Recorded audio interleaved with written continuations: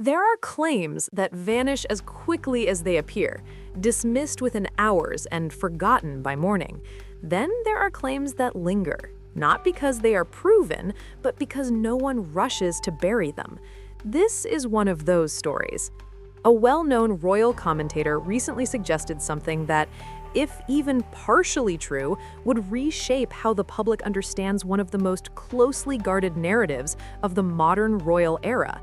The claim was not dramatic in delivery. It wasn't wrapped in outrage or theatrics. It was calm, almost casual, which made it more unsettling. According to this version of events, Archie is not being raised in California as widely believed. Instead, he is said to be living in the United Kingdom, quietly, privately, and not with Meghan Markle.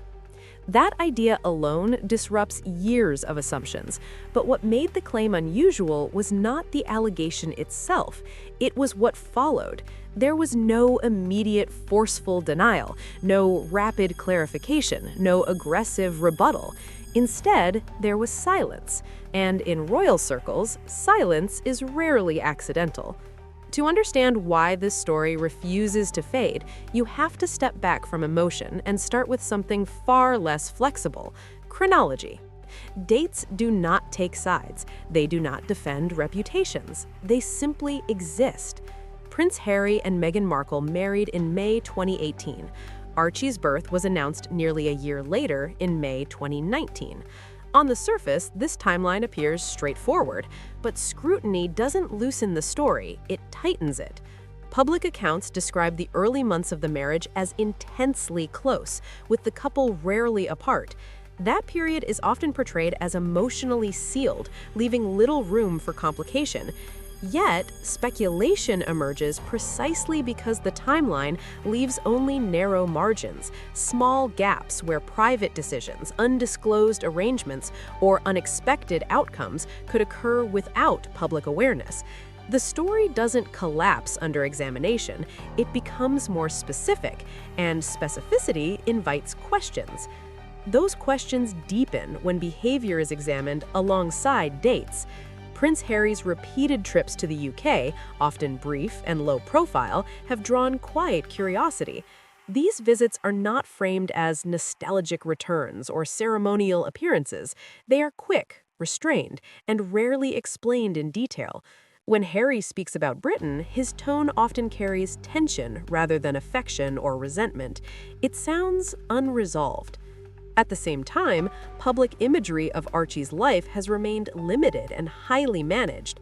In an era where public figures are constantly photographed, sometimes unintentionally, the absence of everyday moments stands out. There are no casual sightings, no spontaneous captures, no background appearances that feel accidental. Every image released appears deliberate, framed, and controlled. This doesn't prove anything on its own. Privacy can explain absence, but privacy usually looks like consistency. What unsettles observers is the contrast between the narrative presented and the patterns observed. From this point, speculation splits into competing theories, none of which are comfortable and none of which can be stated as fact. But they exist because they attempt to explain the same unresolved tension. One theory suggests that Archie is biologically Harry's child, but was born and raised in the UK under circumstances never made public. In this version, secrecy becomes essential not to hide a scandal, but to preserve stability.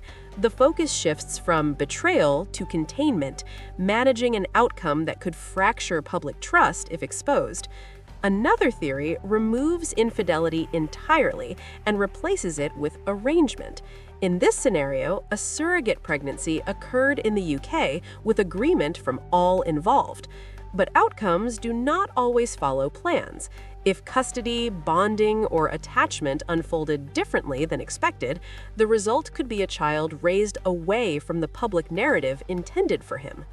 Both theories reach the same conclusion through different paths, that Archie's physical location and upbringing may not align with the image presented to the public. That possibility reframes many details. It would explain the intensity of image control. It would explain why appearances are rare and carefully curated. It would explain why travel patterns appear inconsistent with a settled family life. What complicates the story further is motive. If the narrative were entirely false, aggressive denial would be the simplest solution. If it were entirely true, silence might be safer. Institutions often choose quiet endurance over confrontation when clarity risks creating more damage than ambiguity. The story persists not because it has been proven, but because it has not been closed. And that unresolved state is where speculation thrives, not as certainty, but as unanswered possibility. Once the idea takes hold that Archie's life may not match the public story, the images themselves become the focal point, not as evidence, but as questions. Photographs are powerful only when they are natural. Children do not pose for narratives, they interrupt them, they resist staging, and yet, every image of Archie that has been released feels intentional, brief, controlled, distant, faces partially turned, moments frozen instead of lived. This leads to uncomfortable but logical questions. If a child truly lives day to day with his parents in California, why is nothing ordinary ever seen? Why no background moments, no unintended sightings, no casual overlaps with other families? Why does every appearance feel like an event rather than a moment? Observers have proposed several explanations, none confirmed, all speculative. One possibility is substitution, brief appearances by another child used for limited public moments. Another suggests borrowed environments, images captured during UK visits later framed as American life. A third theory, more modern and controversial, points to digital alteration, where real images are repurposed to imply different locations. Each explanation sounds extreme, but the discomfort lies in the logic, not the imagination. If the public narrative is incomplete, then some method of maintaining it must exist. That is where motive becomes crucial. Image control is not inherently deceptive. Public figures manage perception constantly, but control becomes essential when truth and presentation diverge. If Archie lives primarily in the UK, the need to sustain an American family narrative becomes structural. Brand partnerships, public positioning, and long-term identity are built on consistency. Admitting deviation would collapse more than a single story. It would unravel years of messaging. This is why silence may be the chosen response. Denials invite follow-up. Follow-up invites scrutiny. Scrutiny invites proof. Silence allows time to pass, attention to drift, and controversy to cool. But silence also allows questions to echo. Imagine two parallel lives unfolding at once. In one, a child grows quietly, shielded from attention, surrounded by routine and normalcy. In the other, a public narrative continues, polished, intentional, forward-facing.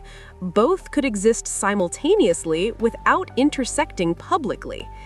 In this framework, Harry's movements make sense. His brief returns, his guarded demeanor, his avoidance of explanation. He would be navigating between obligation and exposure, presence and discretion. This does not require villains. It does not require malice. It requires complexity, and complexity is often flattened in public storytelling. What remains most striking is that none of these questions would survive without pattern. One anomaly can be dismissed, a series cannot. The story remains alive because small inconsistencies continue to accumulate without resolution. Ultimately, the question is not whether any single theory is correct. It is why clarity has never been offered when it would end speculation instantly. Where is Archie? The question endures because it has never been answered in a way that settles it, and until it is, silence will continue to speak louder than denial. Some stories don't break, they wait.